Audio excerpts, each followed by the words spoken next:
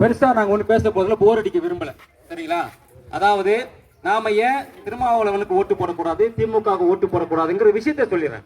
அதாவது திருமாவளவன் அவர்கள் இந்த திமுகவும் யார் கூட கூட்டணி வச்சிருக்காங்க?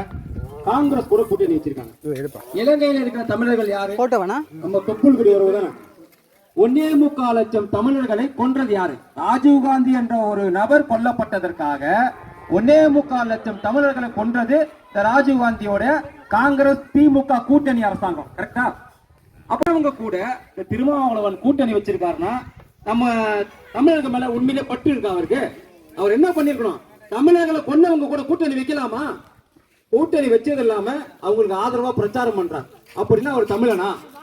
நாம சிந்திக்கணும். ரெண்டாவது, எப்படியும் நரேந்திர மோடி தான் பிரதமரா வர போறாரு, அது எல்லாருக்கும் தெரிஞ்ச விஷயம், கரெக்டுங்களா? வேற யாரும் இருக்காங்களா? அவருக்கு மாற்று யாரும் இருக்காங்களா? இல்ல. அப்படி இருக்கும் போது நம்மளுடைய ஓட்டை நம்ம எடப்பாடியாருக்கு ரெட்டலைக்கு போட்டா என்ன நடக்கும்? எடப்பாடி எங்க போய் கேட்பாரு?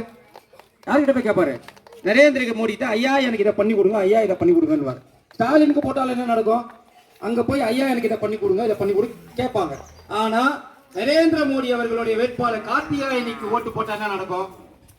மோடி கேட்காமே வாரி வாரி கொடுப்பார். ஏன்னா நான் சொல்லல, ஸ்டாலின் சொல்லியிருக்காரு, பாஜக ஆளும் மாநிலங்கள்ல மோடி வாரி வாரி கொடுக்கிறாரு, பாஜக இல்லாத மாநிலங்கள்ல கொடுக்கலன்னு சொல்றாரு. அப்ப நீங்க பாஜகவை நீங்க தேர்ந்தெடுத்தால் மோடி வாரி வாரி கொடுப்பாரா இல்லையா? இப்ப உங்க கிராமத்துல இந்த சிமெண்ட் சாலையை போட்டது யாரு? பாரத பிரதமர் நரேந்திர மோடி. வீடுதோறும் குடிநீர் கனெக்ஷன் கொடுத்தது யாரு? பாரத பிரதமர் நரேந்திர மோடி. இப்போ இந்த பைபாஸ் சாலை போட்டுட்டு இருக்காங்க இல்லையா, அந்த பைபாஸ் சாலையை போட்டது யாரு?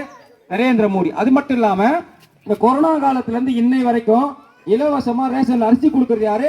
நரேந்திர மோடி.